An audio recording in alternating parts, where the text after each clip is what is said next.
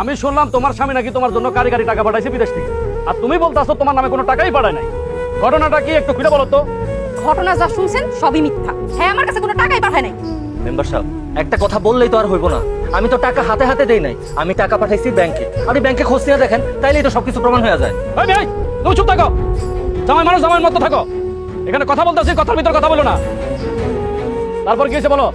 সে আমারে আর আমার মাইয়ার কোনো ভরণ পোষণই দেয়, সব টাকা নিজের মার বোনের কাছে পাঠিয়েছে। তার মার বই মিলে আমার উপর অত্যাচার করছে। সেই অত্যাচার আমি সহ্য করতে না পাইরা আমার বাপের বাড়ি চলে গেছি। ও, তার মানে তুমি তোমার জীবন বাঁচানোর জন্য তুমি তোমার বাপের বাড়িতে চলে আসো, ঠিক বলছি না মা? হ্যাঁ, একদম ঠিক কথা কইছেন। আর কমু স্বামী স্ত্রীতে ঝগড়া লাগে, স্বামী স্ত্রীরে নির্যাতন করে, কেন হলো বাড়িতে। আর এই হারাম দাদা একেবারে বিদেশ থেকে আমার মেয়ের নির্যাতন করছে। খালি ও একা করে নাই, ওর মা আর বোনও করছে। তারপর দেশে আইসে 3 জনে এক হয়েছে, ও ওর মা আর ওর বোন। আমার মেয়ে অত্যাচারে টিকতে না পারে আমার বাড়িতে চলে আসছে। ও তো ঠিক মতো ভরণ পোষণ দেয় নাই, খাওয়ান পরন দেয় নাই, টাকা পয়সা দেয় নাই, কাপড় চোপড় দেয় নাই, এমনকি রোগ ব্যাধিতে চিকিৎসা পর্যন্ত করায় নাই। আমি বুঝতে পারছি, আজকে আমার কোনো কথাই চলবো না। যা বলবেন শুধুমাত্র আপনারাই বলবেন, তাই না শ্বশুর আব্বা? আমার আব্বাকে ডাকবি না। আব্বা কিছু আচ্ছা, আপনি যদি একটা নেশাখোরের কথায় আমার বোন এইভাবে জেরা করেন, এটা তো ঠিক আছে। আমি এই অমানুষটার লোকে সংসার করতে চাই না, আমি তারে তালাক দিতে চাই। সবই বুঝলাম। কেয়ার জন্য সেলিমে কোনো টাকা পয়সাই পাঠায়নি। কেয়া সেলিমে সংসার করবো না, কিন্তু এখানে কিন্তু একটা কথা আছে। কথাটা হইলো তোমাদের যে একটা বাচ্চা আছে, সে বাচ্চাটা কার কাছে থাকবে সেটার তো একটা সিদ্ধান্ত নিতে হবে নাকি? সিদ্ধান্ত নেওয়া কি আছে? আমার মাইয়া আমার কাছে থাকবো। অসম্ভব। আমার খুশি আমার কাছেই থাকবো। আমার খুশির আমি কোনো জালিমের কাছে থাকতে দিব না। এই, একদম সাবধানে কথা কই দিলাম। জাফর, উত্তেজিত হয়েও না, আমি উত্তেজিত পছন্দ করি না। আচ্ছা ভাই, আপনি আপনার নাতিনকে জিজ্ঞাসা করেন সে কার সাথে থাকতে চায়। সে কি তার বাপের সাথে থাকতে চায় না তার মায়ের সাথে থাকতে চায়? জিজ্ঞাসা করেন। জিজ্ঞাসা করেন, খুশির কাছে জিজ্ঞাসা করেন। খুশি বলবো কার কাছে থাকতে চায়। বলো বাবু, তুমি কার সাথে থাকতে চাও? তুমি কি তোমার বাবার সাথে থাকতে চাও না তোমার মায়ের সাথে থাকতে চাও? বলো। খুশি, এসব তুই কি বলতেছস মা? তোরে নিশ্চয় ওরা ভয় দেখাইছে, তাই না? মা, তুই ভয় পাইস না, বাবা আছি মা। তুই বল যে তুই বাবার কাছে থাকতে চাস। বাবা তোর এখান থেকে নিয়ে যাবো মা, তুই বল। না, আমি আমার মায়ের সাথে থাকবো, বাবার সাথে যাবো না। শুনলেনই তো আমার মাইয়ার মুখের কথা। ঠিক আছে, আমরা তো যা শোনার তো শুনছি, আর আপনারা তো শুনছেন নাকি? খুশি তার মায়ের সাথেই থাকবে। তাহলে তো এখানে বিচার শেষ। এখানে বসে আছেন কেন? যান, যার বাড়িতে চলে যান। বাহ মেম্বার সাহেব, খুব সুন্দর একটা বিচার করলেন। টাকার কাছে একটা বিচারক নিজের এমনি করে বিক্রি করে দেয়। আমার এত কষ্টে কামাই করা টাকাগুলা আমার ফিরাইয়া দিলেন না। আর আমার একমাত্র মাইয়া খুশিরও আমার কাছ থেকে কাইরা দিল। এ আপনার কেমন বিচার? হ্যাঁ, আপনার মতো এমন বিচারক যদি সব ঘরে ঘরে থাকে না, তাইলে এই দেশ সোনায় সোহাগা হয়ে যাইব। এই মেয়ে, চুপ করো। তোমার মতন একজন নারী নির্যাতনকারী, একটা শিশু নির্যাতনকারীর মুখ থেকে আমি এরকম বাণী শুনতে চাই না। আচ্ছা, আপনি এই যে নেশাখোরের কথায় এতক্ষণ ধরে সালিশ করতেছেন, গ্রামে তো আপনার মার সম্মান বলতে কিছু থাকলো না। ঠিক আছে, চলো। শুধু সেলিম, খালেক মেম্বারের কিনার মতো এরকম ধনী লোক এখনো দুনিয়াতে জন্ম হয় নাই। কথাটা মনে রেখো। চলো।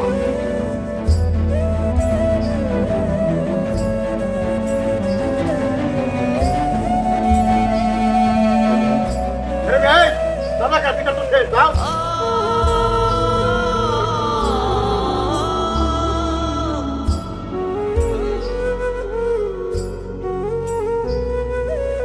তুমি খালি মাইয়া মাইয়া করো কেন? হ্যাঁ, মাইয়া আছে তো কি হইছে?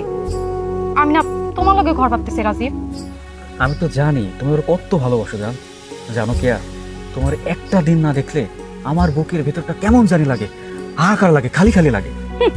আইসে ঢং দেখাইতে হাহাকার লাগে। তোমার হাহাকার দূর করার ব্যবস্থা করতেছি। তাই? কিভাবে? আমি তো সেলিম রে তালাক দিয়ে দিব। সত্যি সত্যি তালাক দিয়ে দিবা? হ, তালাক না দিলে তুমি আর আমি সংসার করবো কেমনে? হ্যাঁ, আর তালাক দিয়া কাবিন আমার টাকাটা তুইলা নিব, তারপর সেই টাকা দিয়ে তুমি আর আমি হানিমুনে যাবো। কি কও? ভালো চিন্তা করছো। হ্যাঁ, দিয়ে দাও, তালাকটা দিয়ে দাও, দিয়ে দাও। আচ্ছা, আরেকটা কথা, তুমি কি তোমার আব্বা আম্মার লগে আমার সম্পর্কের বিষয়ে কথা কইছো? কেয়া, এখানে একটু ঝামেলা হয়ে গেছে। বাবা মাকে তোমার আমার কথা বলছি, কিন্তু তারা মেনে নেবে না। কেন মাইনা নিব না? আমি বিবাহিত কইলা, আমার একটা বাচ্চা আছে এই জন্য। বাচ্চা না থাকলে অসুবিধা হইতো না। বাচ্চা আছে তো। আরে বাচ্চা আছে তো কি হইছে? আমি কি ওরে লয়ে তোমার লগে সংসার করব? আমি তো ওরে রাইখাই তোমার লগে সংসার করব। বুঝলাম। এক কাজ করছো, আমরা পালিয়ে যাই। পালামু? হ্যাঁ, হ্যাঁ পালাতে হবে তো জান, তাছাড়া তো কোনো উপায় নাই। কিছুদিন দূরে থাকলে আব্বা মা আমাদেরকে মেনে নেবে। আচ্ছা ঠিক আছে। এই শোনো না, তোমার কাছে তো টাকা পয়সা আছে না? মানে আমি তো এখনো বেকার, কোনো কাজকর্ম করি না। তোমাকে নিয়ে যাওয়ার পরে তো কিছু টাকা পয়সা খরচ হবে, সেটা তো আমার কাছে নাই, তুমি তো ভালো করে জানো। তোমার এইসব বিষয়ে একদম চিন্তা করো না কোনো। আমার কাছে নগদ 12 লাখ টাকা আর 10 ভরি স্বর্ণ আছে। ও মাই গড, ঠিক আছে, এগুলো সাবধানে নিয়ে আসবা। আজকাল কিন্তু মানুষদের মুখেই ভালো না, দিন কালো খারাপ। ঠিক আছে, তুমি কোনো চিন্তা করো না, আমরা কিন্তু কাইলি পালাম।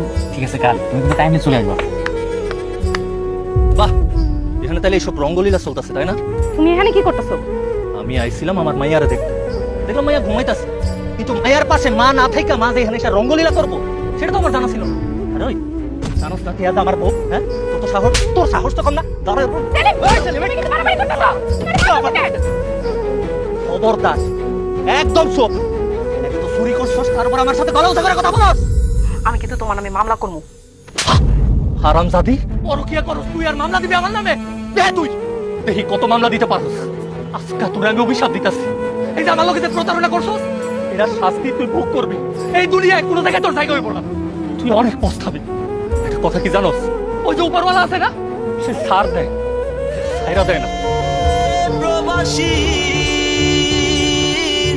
পাপিব। কাদের ভাই, টাকা পয়সা একটু কম সম করে যেমনি হোক আমার কিছু একটা ব্যবস্থা করে দেয়। তুমি তো একবার সৌদি গেছো, সৌদিতে যেহেতু তোমার ঝামেলা হয়েছে, তোমার তার সৌদি পাঠান যাইব না, তোমারে মানুষই আমি পাঠাইতে পারবো। ভাই কোন একটা দেশ হইলেই চলবো, আমি শুধুমাত্র এই দেশ থেকে যাইতে চাই। এই দেশে আমার আর কোনো আশা নেই। টাকা কিন্তু লাগবে 6 লাখ। কি কইতাছেন ভাই, 6 লাখ টাকা? এত টাকা আমি কই পাবো ভাই? আমি আপনার 3 লাখ টাকা দিব। 3 লাখ টাকা যে দিমু কইতাছি, ওই টাকাও কারো না কারো কাছ থেকে আমার সুদে নিতে হবে। আচ্ছা শুনো, তুমি যেহেতু আমার ভাই ব্রাদার মানুষ, বিপদে যদি একটা পড়ছো, উদ্ধার তো আমার করা লাগবেই। টাকা 4 লাখ টাকা লাগবে, এর একটা টাকা আমি কম নিতে পারবো না কিন্তু। ঠিক আছে ভাই, আমি আপনার 4 লাখ টাকাই দিব। আপনি যত দ্রুত সম্ভব আমার লাগে কিছু একটা ব্যবস্থা করেন। আচ্ছা ঠিক আছে, তুমি এক কাজ করো, আজকে বিকেলের মধ্যে আমার পাসপোর্টটা দিয়ে যাও। আচ্ছা, আজকে বিকালে দিয়ে যাবো, আপনি খালি জলদি জলদি আমার ব্যবস্থাটা করেন। চা খাও? না চা খাও না ভাই, বাড়ি যান। ঠিক আছে। বিল কত হয়েছে?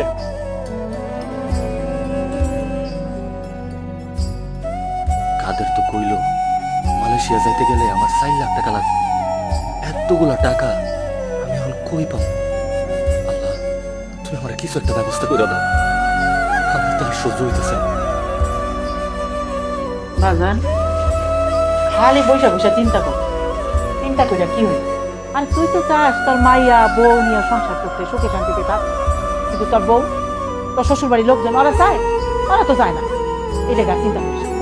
তুমি একদম ঠিক কথা কইছো, আর আমি তো এমনি সবকিছু হারাইয়া বসে আছি। তবে আমি সবকিছু হারাইলেও আমার খুশির আমার জীবন থেকে হারাইতে দিব না। যে যেটাই বিচার করুক দেখেন, আমি ওকে বিচার মানি না। আমি দরকার পড়লে আদালতে যাব, আমি মামলা করুক, তারপর খুশির আমার কাছে ফেরত নিয়ে আসুন। আচ্ছা ঠিক আছে, সবই হয়েছে, যা করবি আস্তে আস্তে করবি, আর কাজ নাই। এই যে তোর বোনটা বড় হয়েছে, আর বিয়া দিতে হইব না? কর মা, নাসমা তো বড় হয়েছে, ওর বিয়াও দিতে হইব। কিন্তু মা, আমি কি করুম কত? আমার হাতে তো কোনো টাকা পয়সা নাই। আমি যে আবার বিদেশ যাবো চিন্তা করতেছি, তাতেও মেলা টাকা দরকার। 4 লাখ টাকা লাগবে, আমি এত টাকা কই পাবো? আমার না মাথায় কাজ করতেছে না। আমি জানতাম একদিন তোর টাকা দরকার নেই। তুমি জানো? হবে জান, মামারে তখনই বলছে এই যে সেলিম আমার ঘরে না জানায় বোমারে টাকা পয়সা পাঠাইতেছে, বোমা ঠিকই বেইমানি করবো। আর দেখো ভাইজান, তাই হয়েছে। বোন রে, আমি কি করুম ক? ও আমারে যখন যা কইতো আমি অন্ধের মতো বিশ্বাস করতাম। কিন্তু তবুও তুই যে আমাকে লেগে টাকা পাঠাইতিস লুকায় লুকায়, আমরা সব খরচ না কইরা জমায় রাখছি। হ ভাইজান, সেখানে প্রায় 2 লাখ টাকা জমা হয়েছে। তুমি কালই টাকাটা তুলতে পারবা। কি কইতেছো মা তোমরা? তোমরা আমার লাগে 2 লাখ টাকা জমা করছো? কিন্তু মা, আমি যে বিদেশ যাবো, দালাল তো কইছে আমার 4 লাখ টাকা লাগবে। বাকি 2 লাখ টাকা কি করবো? ও 4 লাখ টাকা লাগবো? একটা কাজ করি, ওই যে উত্তরপাড়ার জমিটা আছে না, ওইটা বেচা দিব, তাহলে তো হয়ে যাবে। কিন্তু তাই বলে উত্তরপাড়া জমি বিক্রি করে দিবা? মা, নাজমা, তোরা আমার এত ভালোবাসো? দেখ পাগল পোলাই কয়, আরে বউ তার স্বামীরে ফেলা যেতে পারে, কিন্তু মায় তার সন্তানে ফেলা যেতে পারে? মা, নাজমা, আমি তো করে কথা দিতেছি, তোকে এই ভালোবাসার সঞ্চয় দিয়া আমি একদিন অনেক বড় হব, প্রতিষ্ঠিত হব। আমি আবার ঘুরে দাঁড়াবো মা। হ ভাইজান, জীবনে এত সহজে হার মানতে নাই, এত সহজে হারতে নাই। তুমি ঘুরে দাঁড়াও, দেখবা সব ঠিক হয়ে গেছে। হ্যাঁ, একদিন দেখবি তোর সব কিছু হইব, টাকা পয়সা সবই ফিরে পাবি। তখন তোর মাইয়ারে কেমনে আনতে হয় এটা আমিও দেখে নিব, তুই চিন্তা করিস না।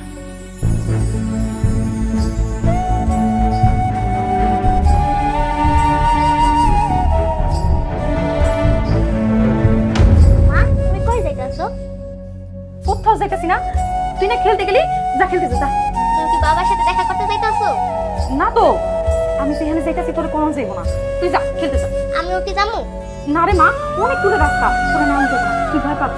তাইলে মা আমার একলা এত দূর যাইবা কেন? বুঝলি না রে মা, আমি যাবো আর আসবো। এই টাকাটা রাখ, দোকান থেকে কিছু কিনা খা, আর তুই খাইতে খাইতে দেখবি আমি গেছি আর আইছি, যা।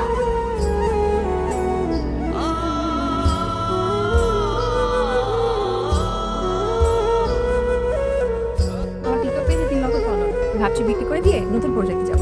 আমি তো আমার টুইটার অ্যাকাউন্টে খাদিম.com-এই খুঁজে পেয়েছিলাম। আরে আমার প্রজেক্টটা তো আমি এখানে মাত্র 7 দিনে সেট করেছি, তুমি তো একটা মিস করছো। দেখো, আমি কিন্তু খাদিম.com থেকে একটা ফেসবুক পেজ কিনে ফেলেছি। নতুন প্রজেক্টের শুরু, একদম এক ক্লিকে। তাহলে আসুন খাদিম.com-এ ক্রেতা ও বিক্রেতার জন্য একমাত্র বিশ্বাসযোগ্য ডিজিটাল মার্কেটপ্লেস। ভেরিফিকেশন থেকে ট্রান্সফার সব এক জায়গায় নিরাপদে।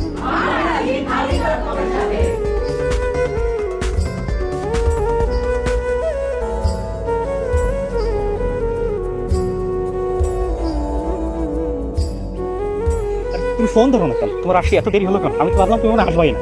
আরে না, মাইয়াটা না কোনোভাবে বুঝে গেছে যে আমি কোথাও যাইতাছি, এই জন্য আসলে ছাড়তাছিল না।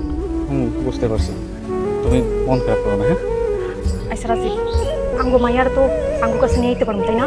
আরে হ্যাঁ, আমরা এখন ঢাকায় যাবো, ঢাকায় যে সুন্দর একটা বাসা নেবো, বাসায় যে আমরা সংসারটা সুন্দর মতো বসে কিছুদিন পর তোমার মেয়েরে নিয়ে আসবো। আর আব্বা মা দেখে কিছু মনে করতে পারবে না, আব্বা মা রাজি হয়ে যাবে। তাই যেন হয়। আমার যে কি শান্তি লাগতেছে তোমারে ভালোবাসতে পেরে, আমি তোমার ধন্য কিয়া। আমিও তোমার অনেক ভালোবাসি রাজি। আচ্ছা, ব্যাগে টাকা পয়সা সব কিছু আনছো তো? হ, সবকিছু ঠিকঠাক নিচ্ছি। আচ্ছা তুমি দাঁড়াও, আমি একটা সিজি ডাক দিয়েছি। আরে আগে থেকে সবকিছু রেডি রাখবা না? না, এলাকায় সিজি খবর দিলে আব্বার অনেক খবর চলে যেত, আমরা একটু পালাইতে পারতাম। তুমি একটু দাঁড়াও, আমি সিজিটা ডেকে নিয়ে আসি। তোমার ব্যাগটা আমার কাছে দাও। এখন তো দিনকাল ভালো না, যে কোনো সময় বিপদ হয়ে যেতে পারে। তোমার কাছে অনেক টাকা পয়সা আছে, দাও। হ, তুমি ঠিক কইছো। আচ্ছা শোনো, তুমিও কিন্তু সাবধানে নিয়ে যাবে। সাবধানে মানে? এই সম্পদ কি তোমার? এই সম্পদ আমাদের ভবিষ্যতের সম্পদ। তুমি দাঁড়াও, আমি আসতেছি। হ্যাঁ দাঁড়াও।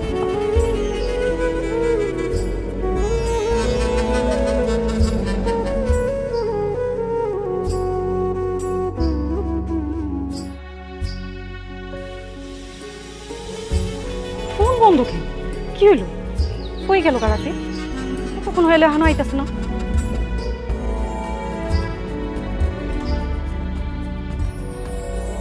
কোনো বিপদ হলো না তো?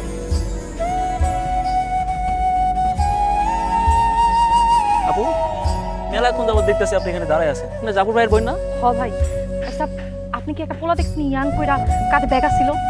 দেখলাম তো, এই একটু আগে হুন্ডা উঠে চলে গেল। কি কোন? ওইখানে তো মোড়ের উপরে একজন হুন্ডা দিয়ে আগে থেকে দাঁড়াইছিল, হুন্ডা উঠে দুজন একসাথে চলে গেল। কোনো সমস্যা আপা?